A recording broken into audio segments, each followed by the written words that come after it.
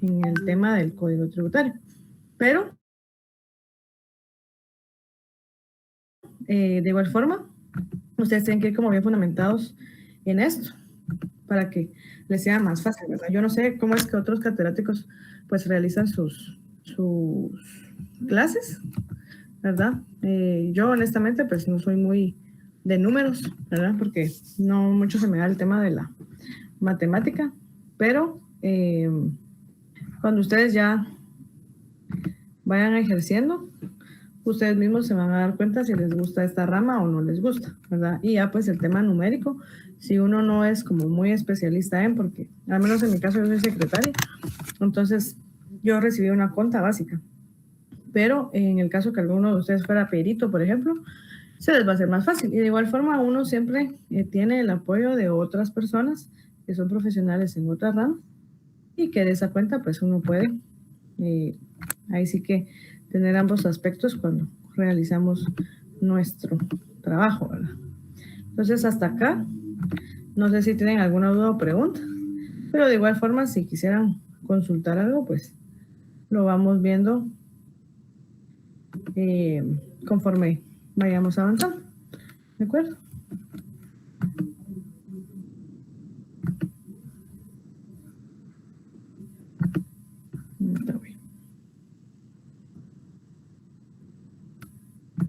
Bueno, los principios constitucionales, ¿verdad?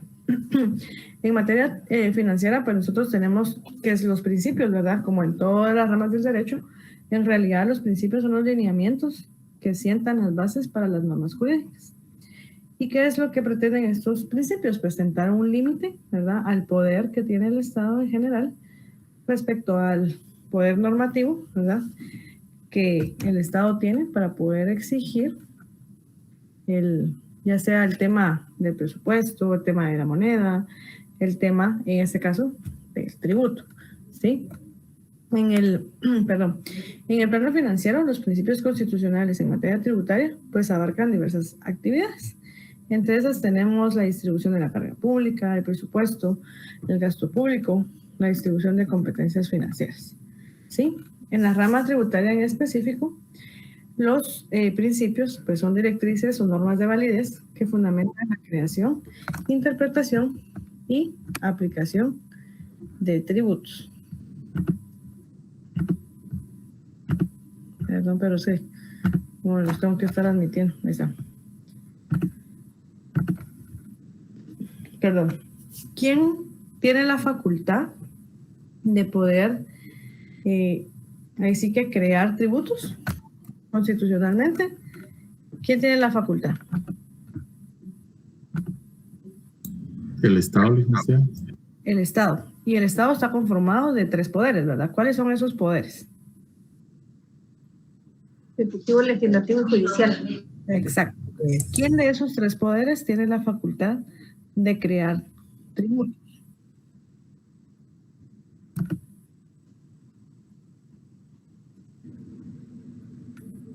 El Congreso, licenciada, el legislativo. El legislativo, ¿verdad? El Congreso de la República, dentro de la Constitución política, ¿verdad? En este sistema de pesos y contrapesos, cada organismo del Estado pues tiene sus propias facultades. Y partiendo de esa premisa, pues entonces así es, ¿verdad? Cada uno tiene una función diferente y en este sentido, pues el Congreso, ¿verdad? El organismo legislativo tiene la facultad de crear los tributos, ¿sí? Los principios, pues en este caso del derecho tributario, tenemos que hay principios que van a regir dentro del derecho tributario sustantivo, que es propiamente el tema de la creación de los tributos, ¿verdad? Que los tributos pues se dividen en impuestos, en tasas, en arbitrios, y el tema del derecho tributario administrativo, ¿verdad? Que sería el aspecto adjetivo o formal, en donde nosotros pues podemos ver cómo se lleva a cabo prácticamente el proceso administrativo, ¿verdad? Ustedes pues ya más o menos saben cuáles son, porque ya vieron administrativo y procesal administrativo. En cuanto a los principios en materia sustantiva del derecho tributario, pues tenemos los principios de la imposición. Nosotros cuando vemos las normas, si ustedes abren la ley del impuesto al valor agregado, ustedes van a ver las bases de recaudación, ¿verdad? Las bases de recaudación son sencillas, ¿verdad? O sea, eso es una pregunta que fijo se las van a hacer siempre. Y las bases de recaudación es, ¿cuál es el hecho generador? ¿Verdad? ¿Cuál es la base imponible? ¿Cuál es la tasa impositiva? ¿Sí? Y obviamente, pues en este caso el sujeto pasivo siempre van a ser los contribuyentes, ¿verdad? Sean personas individuales o jurídicas. Y el sujeto activo es siempre el Estado, ¿verdad? Puede ser el Estado a través de su ente recaudador, ¿verdad? ¿Quién es el ente recaudador del Estado? ¿Quién recauda todos los tributos? La SAT. La La SAT. superintendencia. Exacto, la Superintendencia de Administración Tributaria, ¿verdad? Entonces, la Superintendencia de Administración Tributaria es una institución que se creó en el año 98 y su función es fiscalizar y recaudar, ¿sí? A excepción de aquellos tributos que otra entidad los deba recaudar, como por ejemplo el IUSI. ¿Quién recauda el impuesto único sobre inmuebles? Las municipalidades. Las municipalidades. Exacto, las municipalidades, ¿verdad? Las municipalidades son las que recaudan ese tributo y lo utilizan dentro de sus fines, ¿verdad? O sea, se agencian de ese ingreso y obviamente lo utilizan para sus gastos, ¿verdad? Entonces, las bases de recaudación son todas iguales, deben de aparecer en todas las leyes de materia tributaria, ¿verdad? Porque tenemos que tener la seguridad y la certeza jurídica sobre qué es lo que nosotros como particulares estamos tributando. Y aunado a eso, también tenemos que tener en cuenta que no hay una distinción, ¿verdad? Quiere decir eso que el Estado pues nos cobra parejo a todos, ¿verdad? O sea, las bases son iguales sin hacer distinción de ningún tipo, ¿sí? Para eso hay un tipo impositivo, porque ese sería el porcentaje que multiplicado por la base imponible, que es la que está sujeta al pago del impuesto, pues ya es de ese resultado es que nosotros pagamos, ¿verdad? Por ejemplo, nosotros todos estamos en relación de dependencia, pagamos impuestos sobre la renta, ¿sí? Un porcentaje. ¿Sobre qué?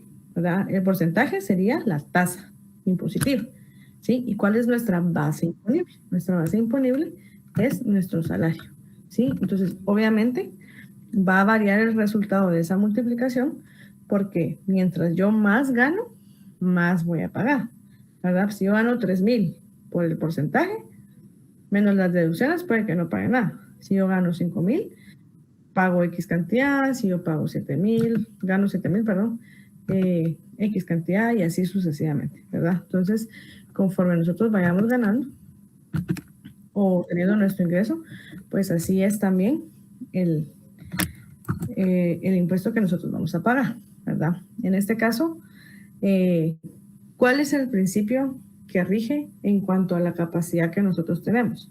Y esa era una pregunta de examen, ¿verdad? ¿Cuál es el principio en el que, conforme al ingreso que uno obtiene, ¿verdad? Sobre eso uno tributa? ¿Cuál es ese principio?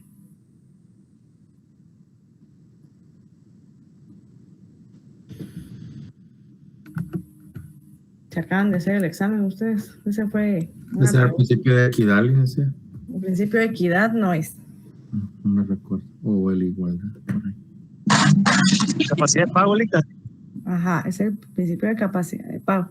Sí, la equidad tiene que ver en el sentido de poner en iguales circunstancias a personas que se encuentran en desigualdad de condiciones.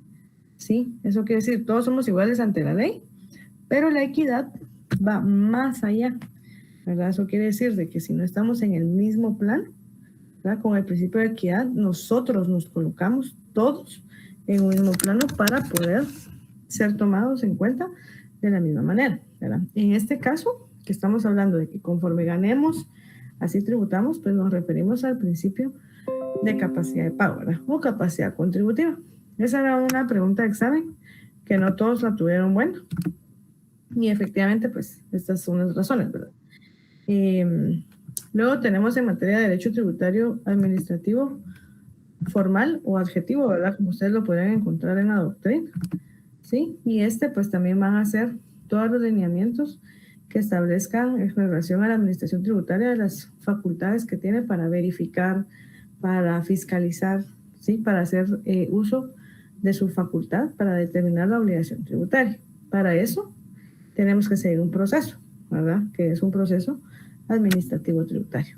Eso quiere decir que el ente fiscalizador no únicamente nos señala el monto que tenemos que pagar, sino que en el caso que no hayamos pagado bien, ¿verdad? Nos tienen que seguir un proceso. No es únicamente, no, 10,000 y ahí está.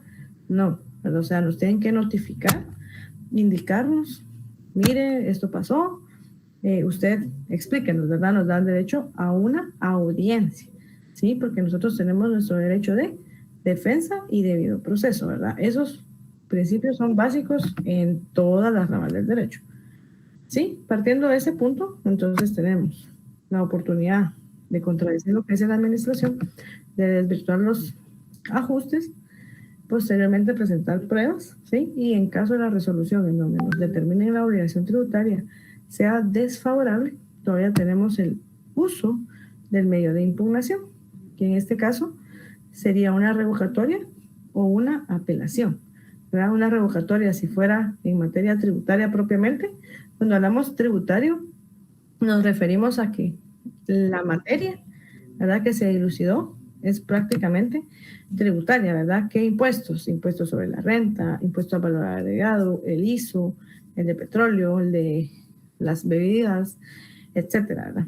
Y cuando hablamos del tema aduanero, ¿verdad?, que es el recurso de apelación, nos referimos al cambio de incienso arancelario, el cambio del método del valor de la transacción, podría ser incluso por algún tipo de sanción administrativa de algún agente aduanero.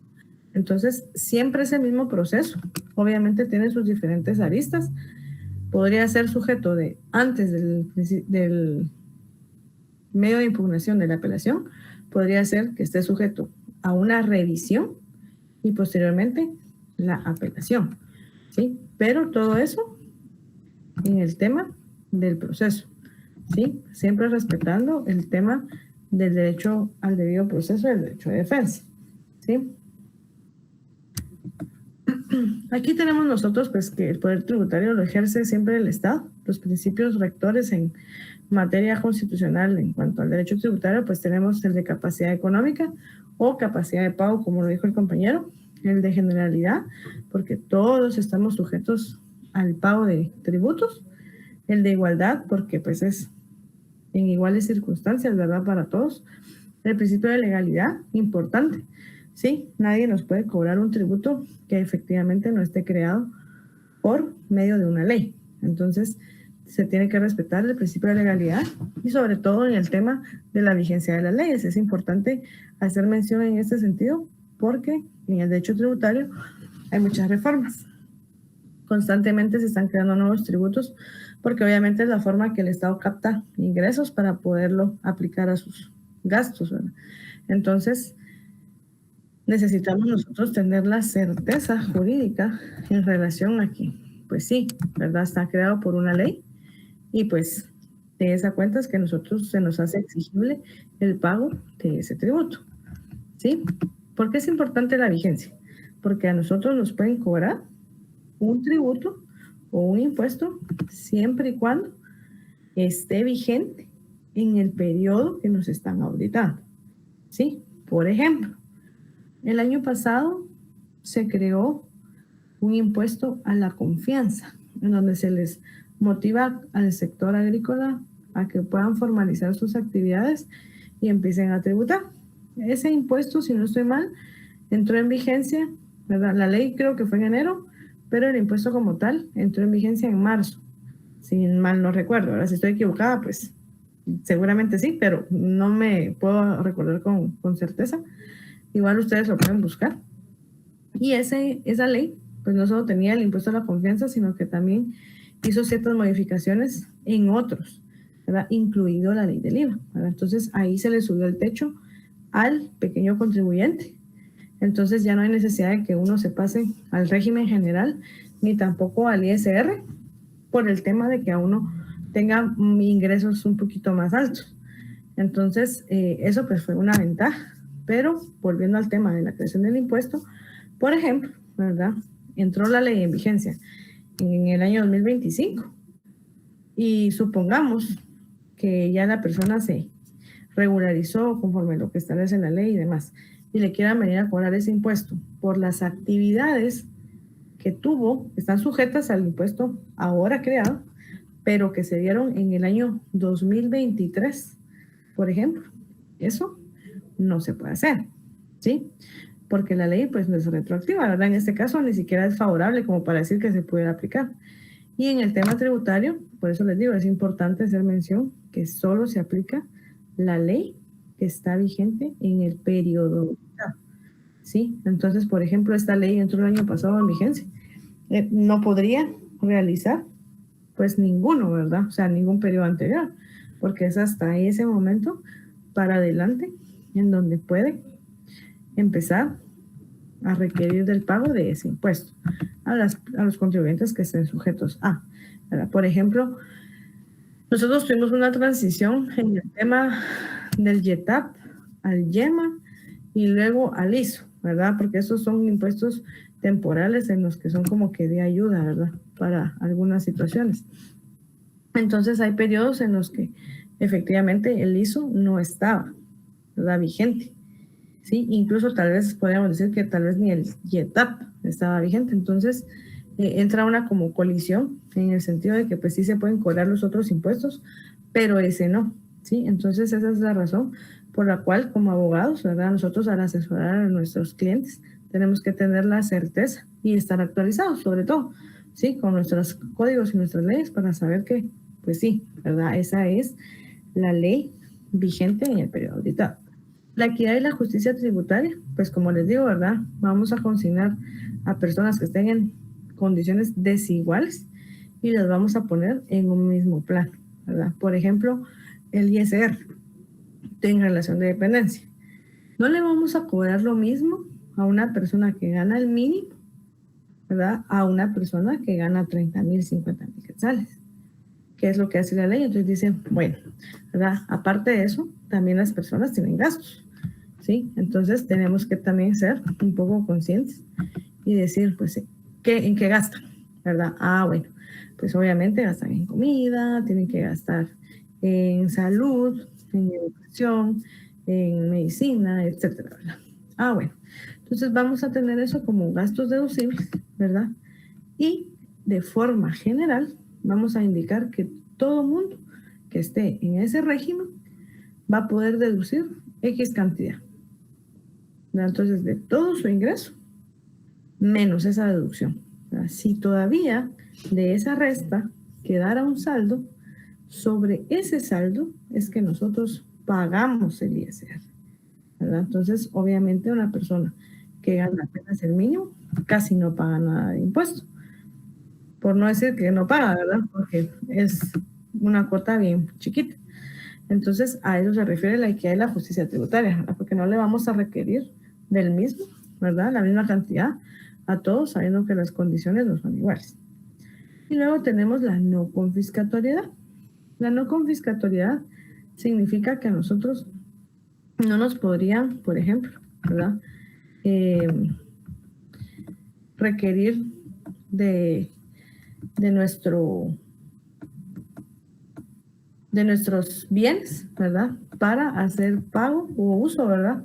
Del tema de lo que nos están requiriendo, ¿verdad? O sea, no nos lo pueden quitar, ¿sí? Antiguamente nosotros teníamos, yo no sé si ustedes se recuerdan de la película de Robin Hood, en donde indistinto de qué hicieran, tenían que tributarle sí o sí como el sheriff de la comunidad, ¿verdad?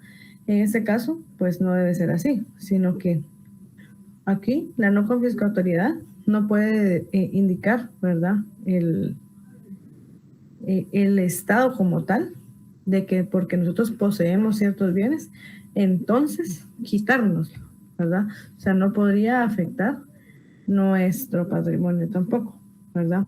Acá nosotros tenemos el fundamento legal de que se prohíben los tributos confiscatorios, ¿verdad? En el artículo 243, párrafo segundo. Y también en materia de multas, pues también el artículo 41 de la Constitución, en el que indica que se prohíbe la confiscación de bienes y la imposición de multas confiscatorias, ¿sí?